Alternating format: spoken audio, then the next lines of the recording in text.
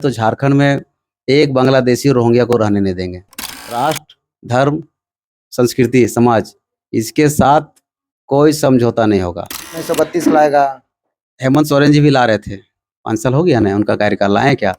अगर कोई गांव में टाइगर आ जाए तो गांव वाले रहते हैं क्या बाहर वहाँ? नहीं हम्म? नहीं रहते हैं। तो यहाँ टाइगर मतलब भय, भय का राजनीति अब नहीं चलेगा। यहाँ सेवक चाहिए। हम जिस पंचायत में रहते हैं, लक्ष्मण टुंडा पंचायत मेरा गांव का नाम है, जो पूरा जिला में प्रसिद्ध था। वहाँ लक्ष्मण टुंडा के नाम एक ब्लैक लिस्टेड में लिखा जाता था दंगा के नाम से। जब से हम लोग राजनीतिक क्षेत्र में आए हैं, वहाँ दंगा नाम का चीज़ मिट गया है। डुमरी के लोगों को मुख्यमंत्री नहीं चाहिए, डुमरी के लोगों को विधायक चाहिए।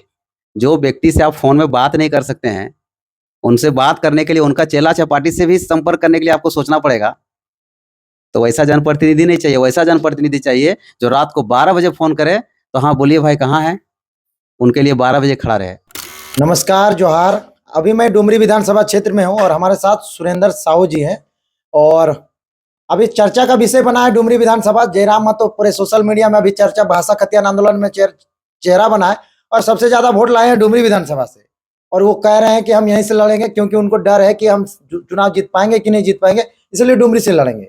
लेकिन मैं बता दूं कि एक यहाँ से जो वर्षों से राजनीति में अपना सिकंदर बनते आए हैं, जगन्नाथ महतो, फिर उनकी पत्नी बनी, अब उसका बेटा भी अपना दावेदारी पेश करने वाले हैं। फिर और एक चीज मैं बता दूं कि ये भाजपा के एक नेता हैं, जो कि आपको मैं बता दूं विधानसभा की तैयारी कई दिनों से कर रहे हैं, लेकिन एनडीए में प्रत्याशी आंसू को मिल रहा है, फिर भी ये हमेशा दावेदारी पेश करते नजर आ रहे हैं। इस बार भी अपने पार्टी और संगठन के लोगों पर अपना जो दमखम लगाएंगे और विचार रखने का प्रयास करेंगे। लेकिन मैं बता दूं कि दुर्योधन महतो भी जो आए हैं आंसू से, और अभी पूरे चर्चा का विषय बना हुआ है।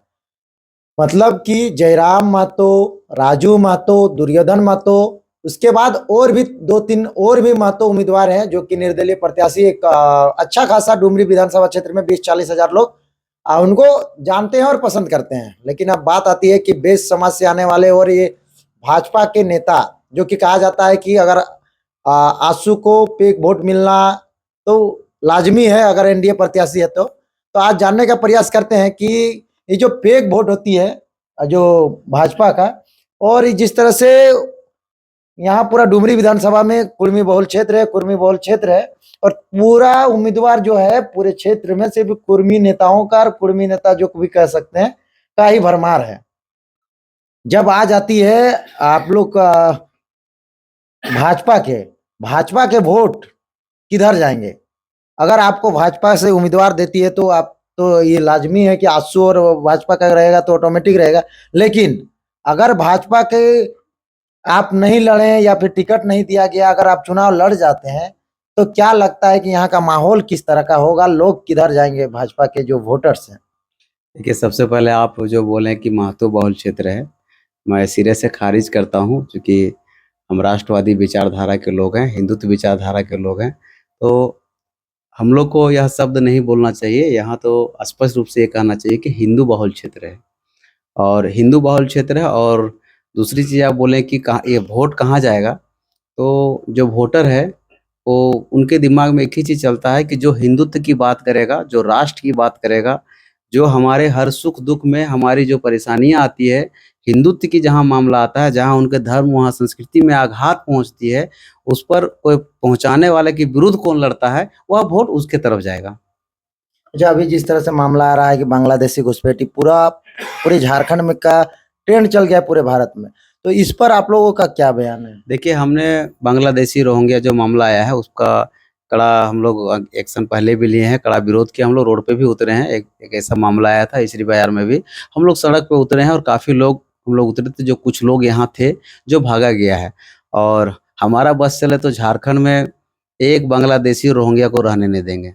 हम पहले बोले कि हिंदुत्व की बात करते हैं, हिंदुत्व परिवार के लिए, रक्षा के लिए हम हमेशा खड़ा रहते हैं। और जहाँ तक चुनाव की बात है, पार्टी और जनता दोनों तय करेगी कि क्या करना चाहिए, क्या नहीं करना चाहिए। डुमरी विधानसभा में मुस्लिम का भी बहुत अहम रोल रहता है।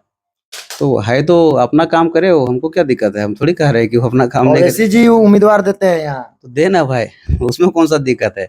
हम उनका कोई गुलाम थोड़ी हैं। वो क्या अपना लग काम रहा है करेंगे। फिर उस क्षेत्र में से वोट मिलेगा आपको अगर आप हिंदुवादी वो तो करिएगा तो? वो लोग तय करेगा, उनके चलते क्या हम अपना विचारधारा परिवर्तन कर। मैं स्पष्ट रूप से आपके चैनल के माध्यम से कह सकता हूँ, सुरेंद्र राष्ट्र, धर्म, संस्कृति, समाज के सुरक्षा के लिए राजनीति क्षेत्र में आए हैं। तब तो आपको इसके जयराम साथ महतो के साथ रहना इसके चाहिए। साथ इसके साथ राष्ट्र, धर्म, संस्कृति, समाज, इसके साथ कोई समझौता नहीं होगा। संस्कृति समाज तो जयराम का भी बात करता है हमेशा। संस्कृति समाज का 12 माह से 13 पर्व वो कहते हैं कि अपना संस्कृति सभ्यता झारखंडी का। ठीक है, हम लोग भी तो मनाते हैं, ऐसा थोड़ी कि हम लोग नहीं मनाते हैं संस्कृति, हम लोग भी तो मनाते हैं, कर्मा त्योहार ये सब जितना हम लोग भी मनाते हैं, ऐसा बात नहीं है। लेकिन कभी जनाजा लेकर के हम नहीं जाते हैं, कभी टोपी पहनते नहीं है। वो तो वोट के लिए वो कर रहे तो हैं। वोट के लिए हम अपना धर्म भी कर दें क्या? जो मेरा धर्म कहता है वही ना कहेंगे। वोट के लिए हम कुछ भी कर दें, ऐसा नहीं होता है भाई। वोट के लिए इतना हद तक, अपना ऐसा वोट लेने से अच्छा है कि चुनाव नहीं लड़ना। हम वोट के चलते अपना वजूद धर्म में मिटा आघात दें। पहुंचे, अपना वजूद मिटा दें, इस चीज कभी नहीं हो सकता है। मर जाएंगे, नहीं चुनाव लड़ेंगे, नहीं वोट मांगने जाएंगे, लेकिन कभी जनाजा और ये सब चीज होता है, ये सब चीज हमसे नहीं होगा, कभी हम नहीं करेंगे, सवाल ही पैदा नहीं होता है। अच्छा आप ये बताइए कि आप विधानसभा में तैयारी अगर आप कीजिएगा, अगर आपको टिकट दे देती है भाजपा, तो क्या डुमरी विधानसभा में बदलाव लाइएगा? सबसे पहले शिक्षा, स्वास्थ्य, रोजगार। रोजगार पलायन को रोकने के लिए हम लोग रोजगार के लिए यहाँ पे बहुत सारे ऐसा कल खाने लगाने की अपार जगह है। रोड, रेलवे लाइन, कोयला, पानी, जमीन अनाप शनाप है, सारा चीज़, सारा जमीन अनाप शनाप। हम लोग रोड, रेलवे लाइन देख ही रहे हैं, पानी भी चारों तरफ है, तो सारा चीज़ मुहैया, बस लोगों को मोटिवेट करना है। वैसे बहुत से ऐसे कंपनी है जो यहाँ लगाने के लिए इच्छुक है, उनको लाना है, प्रशासनिक सुरक्षा व्यवस्था देना है, ऑटोमेटिक। अगर हम एक कल खाना लगाते हैं, अगर 1000 उसमें रोजगार करता है, उसके साथ कई सारे रोजगार जुड़ जाते हैं। लेकिन यहाँ 2 टाइगर अपना एक पुराने टाइगर जो कहे जाते हैं जगन्नाथ महतो, उनके बेटे टाइगर 2.0 जो हमेशा वो पोस्टर में छाप रहे हैं, जिस तरह से आ रहा है। उसके बाद एक जयराम महतो जो खुद के पारसनाथ पहाड़ के टाइगर कहे जाते हैं, वो इसी क्षेत्र में अपना किस्मत आजमाएंगे। क्या वो दोनों को आप मात दे पाएंगे? अगर कोई गांव में टाइगर आ जाए तो गांव वाले रहते हैं क्या बाहर वहाँ? नहीं, हम्म? नहीं रहते हैं। तो यहाँ टाइगर मतलब भय, भय का राजनीति अब नहीं चलेगा। यहाँ सेवक चाहिए। टाइगर का जगह जंगल में है, गांव क्षेत्र में नहीं, बाजार में नहीं। इसलिए हम बता देना चाहते हैं, यहाँ के लोग अब सेवक की जरूरत है, जो सेवा भाव से सेवा करने के लिए 24 घंटा रहते हैं। उनकी क्षेत्र की बिजली, पानी, सड़क, स्वास्थ्य, ब्लॉक में भ्रष्टाचार, जितना भी थाना पुलिस जो भी हो, हर समय सहयोग के लिए कौन खड़ा रहता है? उनको चाहिए कुछ वैसा सहयोग सेवक। आप कुछ काम किए हैं जो बताइए, जिला परिषद में, मुखिया लेवल में, कुछ जो अपने क्षेत्र में? विशेष जिला परिषद की सदस्य रही है और है अभी, और पहले पंचायत समिति की सदस्य थी। पंचायत समिति सदस्य में एक बढ़िया काम की, अच्छा काम की, 7 साल का लगभग कार्यकाल रहा। उसका परिणाम लोग, जिला के चेयरमैन जो राकेश महतो जी थे यहाँ पे पहले, उनकी पत्नी लड़ी। मतलब ऐसे सख्त को एक आम गरीब परिवार का बेटा बहू ने क्या बोलते हैं शिकस्त दिए, और लगभग 5000 से अधिक वोटों से हम लोग चुनाव जीते, बिना पाए पैसा। लोग सहयोग किए हैं। अच्छा ठीक है, नहीं पैसा लगा। काम बताइए क्या काम किए हैं जो बोले लोग तो कहते हैं? आप देख सकते होंगे कि लगभग 2 साल में कम से कम हमको लगता है 1 करोड़ से अधिक का रोड बनवाए हैं। रोड आप लोग ने अपने हाँ, अपने वाइफ के ही अनुशंसा से हुआ है, जिला परिषद के फंड से भी हुआ है। और इसके अलावा आप देखिए, वर्षों से डिमांड था लोगों को, मुक्ति धाम हम लोग बनाए हैं, माननीय सांसद से ही करके। ठीक है, रिक्वेस्ट बोले तो हम लोग चुनाव एक नहीं बोलते हैं कि मैथमेटिक्स में जिस तरह फॉर्मूला चाहिए, फॉर्मूला आपको याद है तो कोई भी प्रश्न का हल कर सकते हैं। तो एक जनप्रतिनिधि जो बनता है, उनको आइडिया चाहिए कि कहाँ कहाँ किस विभाग से क्या फंड है, उसको कैसे लाया जाए। आप देखे होंगे कि डुमरी प्रखंड, डुमरी में पारसनाथ रेलवे स्टेशन है, और रेलवे स्टेशन होने के नाते यहाँ कई बैंक है, कई विद्यालय है, और यहाँ हजारों की संख्या में प्रत्येक दिन लोग आते हैं। लेकिन वहाँ शौच के लिए शौचालय का व्यवस्था नहीं था। माँ बहन हम लोग खुले में शौच करने को मजबूर थे। आज देखिए हम लोग लगे, बहुत प्रयत्न करना पड़ा, लेकिन आज भव्य शौचालय, बढ़िया शौचालय बन करके तैयार है, जो पूरा जिला में ऐसा शौचालय नहीं है। लेकिन बात यहाँ आ रही है, एक तरफ जयराम महतो जी की लाखों हजारों करोड़ों की अभी चंदा इकट्ठा होकर बड़े बड़े गाड़ियां काफिला चलती है, डुमरी विधानसभा में आप उनको मात दे पाएगा? वही जगन्नाथ महतो जो 20 सालों से राज किए हैं, उनका भी अपना बड़ा वजूद बन गया है, तो आप कैसे चुनाव जीत पाएगा? पैसा भी बहुत बड़ा फैक्टर करता डुमरी है। के लोग, डुमरी में रहने वाले, मतलब डुमरी विधानसभा में रहने वाले नेता चाहिए। हवा हवाई पूरा झारखंड में अपना क्या बोलते हैं दिखावा करने वाला नेता नहीं चाहिए। डुमरी में जब जिसको जरूरत पड़ेगा वो कहाँ आएगा? उनका घर, उनका सेवक, विधायक मतलब सेवक चाहिए, मतलब घर का बेटा चाहिए, घर का बहू चाहिए। तो वैसा नेता नहीं चाहिए जो हवा हवाई है। और यहाँ का खतियानी है कहाँ वो तो अगर बोलिएगा डुमरी विधानसभा खतियानी नहीं है, जयराम उनका महतो। उनका खतियान तो आपका टुंडी विधानसभा में। और मोती जी कहाँ जाएंगे भाई? और एक दो लोग जिनको जिनको निमंत्रण दिए हैं कि लोकसभा में भैया आप लोग बढ़िया से मदद किए, आपको टिकट देंगे, आपको टिकट देंगे, उनको पहले वो सुलझा लेना, उसके बाद वो चुनाव लड़े यहाँ। और उनका स्वागत है भाई।